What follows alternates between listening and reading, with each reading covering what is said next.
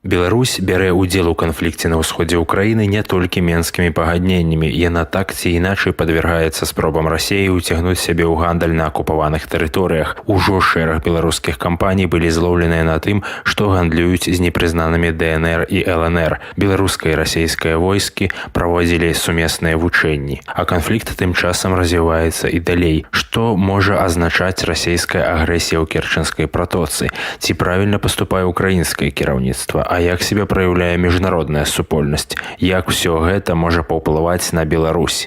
Сёння я, Кастусь Богушевіч, размаўляю на гэтыя тэмы з госцем радыёрацыя, старшынём кансерватыўна-хрысціянскай партыі Беларускі народны фронт Зяноном Станіславовичам Пазняком. Я хацеў найперш спытаць пра сітуацыю з Украіны, як вы яе ацэньваеце. Зразумела, што сітуацыя вельмі няпростая, і гэта падаграванне гэтага канфлікту з боку Расіі. Керченская пратока, як вы ацэньваеце гэту сітуацыю? Расія ідзе на канкрэтнае абвастрэнне? Я лічу, што гэта працяг анексіі Азоўскага мора. Пачалася яна ад будаўніцтва моста, таму што лагічна гэты мост будаваць не трэба, бо ён там стаяць доўга не будзе. Катэгарычна, ён не будзе стаяць, это 100% вядома. Іншая справа невядома, калі ён пачне разбурацца. Можа і вядома для спецыялістаў, бо тэхналогія выціскання апор, яна падлягае пэўнаму часу. Тым не менш, яны яго пачалі будаваць.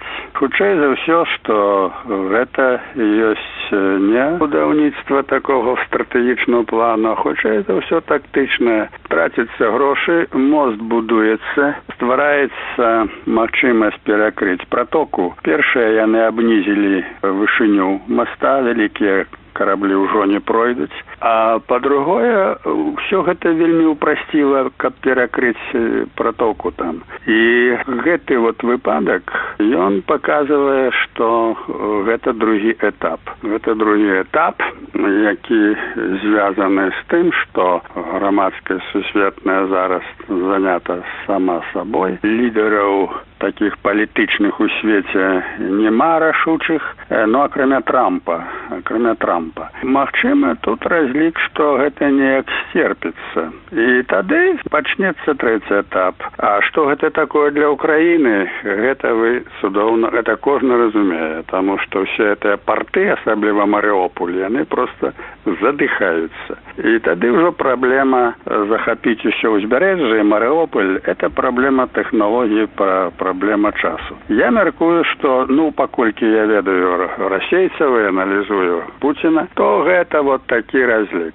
А то, што яны зрабілі нахрапам і все па-рускі, таму што ўсё, глупа ўсё это было зроблена. Гэта яны звычайна такія, гэта іхная метода. І што? І я бачу, што гэты этап пакуль што ім удаецца. Таму што рэакцыя сусветнай грамадскасці, даволі стрыманая. Нема такого, што павінна было быць. А на самай справе гэта вельмі сур'ёзна, таму што тут парушана міжнароднае права аб пралівах. Гэта вельмі важнае права, гэта датычыць літаральна ўсіх краін, яно вельмі сур'ёзнае. А тут прэцэдэнт, ён парушаны. Адна дзяржава, мала того, што ў нейтральных водах абстралялі караблі, а гэта ёсць акт агрэсіі, это таксама запісана ў міжнародным праве. Мала того, што гэта было зроблена. А ў дадатак не прапускаюцца караблі праз праліўка ў той час, калі існуюць міжнародныя пагадненні і існуе канкрэтнае пагадненне паміж Украінай і РСФСР з 2003 года. Таму тут аргументаў у Масквы няма ніякіх, акрамя хлусні і прапаганды. І тым не менш, я бачу, што гэта ўсё так паступова уводзіцца ў такую цягучую, справу, дзе размаўляюць, хто каму рукі не паддаў. Все это ерунда. Тут справа не ў тым, што як там адносяцца да Пуціна, што яго там ігнаруюць, там ён ізгой. Справа ў тым, што гэта трэба спыніць. І ніякіх дзеянняў не робіцца. Вот прайшло ўжо дастаткова часу. Ні санкцыі адпаведныя, нічога. Это то, што там прынята, што нешта там асуджаецца, все. Таму я гляджу даволі трывожна на эту справу. Бо фактычна гэта пачатак новага этапу захопу Украіны з боку Расіі. Новы этап агрэсіі, які пачаўся так незаўважна будаўніцтвам моста. Патрачаныя тыя грошы на гэты мост. Ён прастаіць пэўны час, ён пэўны час себе апраўдае, іх ёсць магчымасці маніпуляваць, скажем, пачне разбурацца, яны могуць яго самі ўзарваць на Украіну, скінуць, потым што значыць гэты мост разбурыцца? Ён закрые Азовскае мора наглуха. Знікне паўторная праблема і будуць займацца гэтым. Зараз сусветная грамадскасць у значнай ступені займаецца тым, каб вызвалілі маракоў. Это правильно, это гуманна, ўсё, і нават на украінцы, вот я быў на мітынгу у Нью-Йорку. Галоўнае пытанне, мы з вами вызваліць маракоў, мы украінцы павінны падтрымліваць усё. Но это гуманнае пытанне, это правильно. Але ж галоўнае пытанне, што пачаўся новы акт агрэсіі. Трэба гэта спыніць. Это Украіне ўсё і пагражае. І вот этой адвод, яны не выпадкова забралі этих маракоў, адвезлі іх там у Расію, будуць іх судзіць, і ўсё будзе круціцца вакол гэтага. А акупацыя, вот этот перыяд, ён будзе працягвацца. Да этого трэба всім адносіцца вельмі сур'ёзна, таму што калі гэтая анексія Азовскага мора застанецца, як засталася анексія Крыма, засталася, то для Украіны гэта будзе абазначаць, фактычна магчымасць страты паўднёва-ўсходняй Украіны ўсё. Альбо пачатак вялікай вайны. А Путін здольны на ўсё. Это такая істота, для якога ён сам это выказваецца, выказванне пасля нас хоць потоп і паміраць дык з музыкай. Это вот яго лозунгі жыццёвыя. Ён іх агучыў толькі у рознай інтэрпрэтацыі. Не буду паўтараць пра рай там. Я так ацэньваю гэтую сітуацыю. Амаль 5 гадоў на ўсходзе Украіны ідуць баявыя дзеянні, гінуць штодня практычна, ці атрымліваюць цяжкія раненні у барацьбе за тэрытарыяльную цэласнасць. Натуральна, што тут не выпадае заўсёды чакаць і арыентавацца, а што скажа Еўропа, а што скажа ЗША. Тут трэба непасрэдна чакаць і вымагаць нейкіх рашэнняў ад украінскага кіраўніцтва. А тым часам Пятро Парашенко толькі зараз задумаўся і ўвёў рэжым ваеннага стану ў краіне. Хаця многія кажуць, што варта было гэта рабіць неадкладна, калі толькі анексавалі Крым, калі толькі палезлі на Донбас. Конечно, варта было Крымам рабіць усё, але гэта як вот з кожным чалавекам. Людзі, прытым масава, робяць нейкія памылкі жыццёвыя. І потым кажуць, што ай-яй-яй, мне ж трэба было зрабіць так і гэтак, так і так. Але не зрабіў. Значыць, быць разумным заднім розумам, гэта, кажуць, тыповая з'ява для чалавечага інтэлекта, для чалавечага існавання. Тады зусім была другая ситуация. По-перше, эффект нечаканности. Никто не мог поверить, что такое почалося. По-другое, полная неготовость Украины. Ни психологично, ни збройная. Она была не готова, не ведали, что робить. Не было господара. Кто там, не было там кому решать. И никто не решился, потому что там элементарно. Треба было в Крыме просто, там же базы были военные, все. И коли по Крыме было сопротивление, то все это провалилось, вся эта авантура. И так поступово. Так что тут тяжко сказать, что вот неправильно поступили. А умовы какие были? Якія былі умовы? Былі умовы такія, што яны не ведалі, што не маглі паступіць неяк інакш. Это з пункту гледжання 5 гадоў, якія прайшлі амаль 5 гадоў. Тады ўжо такія рэчы. Так што тут я б не сказаў бы, што можна вінаваціць, што вот нехто там сказаць, абсолютно по-дурному себе поводзіў. Гэта больш складана. А што датычыць цяперашняй сітуацыі, ведаеце, задача была Расіі, я про это казаў яшчэ і 5 гадоў назад, што яны зробяць язву ў Донбасе, як Сірыяй. Яны зробяць язву, якая не будзе загойвацца. Для Расіі гэта будзе зручна. Яны будуць старую свою амуніцыю туды скідаваць, старую зброю, і усіх падонкаў збяруць. У Расіі крымінальна рэгіянальнікаў, падонкаў поўна. Вот яны іх усіх туды і пашлюць. Хай там страляюць і здыхаюць. Яны іх нават хаваць не хочуць. Яны нават, каб шуму не было, у бацькоў і матак гэтых падонкаў бяруць падпіску, што яны не будуць пра гэта нічого казаць. І плацяць ім грошы. І тыя маўчаць. О, такая сітуацыя. Яны ту язву зрабілі. І яна весь час эта язва баліць. І чакаюць.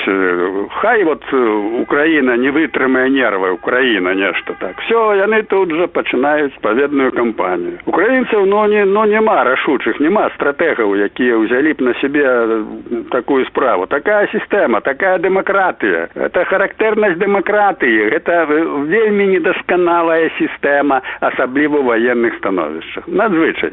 Это так, як было ў Вялікім княстве літоўскім. Маскалі ўдзерліся, ужо Магілёў абклалі, ўсё, а тут яшчэ Сойм збіраецца. Сойм збіраецца, які павінен вырашыць пытанне о прызначэнні гетмана, які будзе камандаваць. Мало того, яшчэ павінны вылучыць гетмана левой рукі і правой рукі, а Маскаль ужо грады паліць. Вот што такое у военны час гэтая сістэма правлення. Так што тут вельмі шмат прыкмет сабралася, у якой цяжка Украіну у нечым абвінавачваць. Я дык лічу, што яна себе паводзіць гераічна просто, стойка. Ну, конечно, трымаецца на народзе ўсё, на людях. Больш вінавата міжнародная супольнасць, і асабліва Еўропа, якая недооценивае небяспеку, якая ўзнікла на Украіне.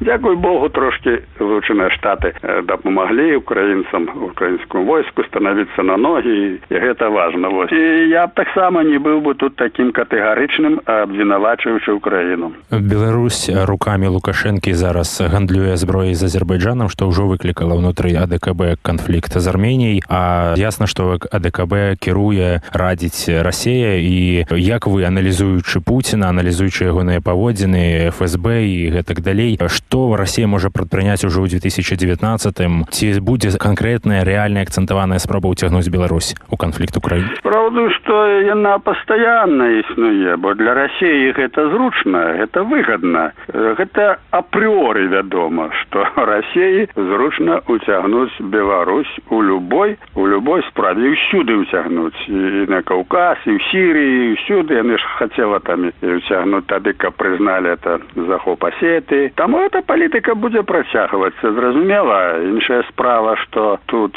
ўсё ж такі ёсць разуменне, што гэта вельмі небяспечна. І асабіста для начальніка, ну і для всяго кіруючага класа, і для краіны. Таму нейкае вялае супраціўленне будзе весціся з боку гэтых рэжымных уладаў. Але, паўтараю, вялае, таму што яно не абаснована на нацыянальных інтарэсах. Яно абаснована на інтарэсах асабістай улады. А яны цалкам залежныя ад Пуціна, ад яго крэдытаў, гэтак далей. Не маюць ніякай міжнароднай падтрымкі. Таму, калі пытанне ўзнікне вельмі востра, то Москва просто заставіць гэтага кліента зрабіць тое, што яна захоча. Вось у гэтым небяспека для нас усіх, для беларускага народа. Пытанне базы НАТО ў Польшчы з рознай вастрынёй паўстае штомесяц. Фактычна, як вы расцэньваеце патрэбу гэтай базы і ўвогуле канфрантацыю з Расіяй на гэтым полі? Гэта пытанне вельмі складанае, каб даць адназначны адказ. У нашых, у беларускіх інтарэсах лепш, каб гэтай базы там не было. У польскіх інтарэсах яна патрэбная. І тут вельмі цяжка сказаць, як сябе паводзіць у гэтай сітуацыі. Ну, там яшчэ ж нічого не вырашана. Але, конечно, нам лепей, каб гэтае пытанне, неяк зацягнулася б.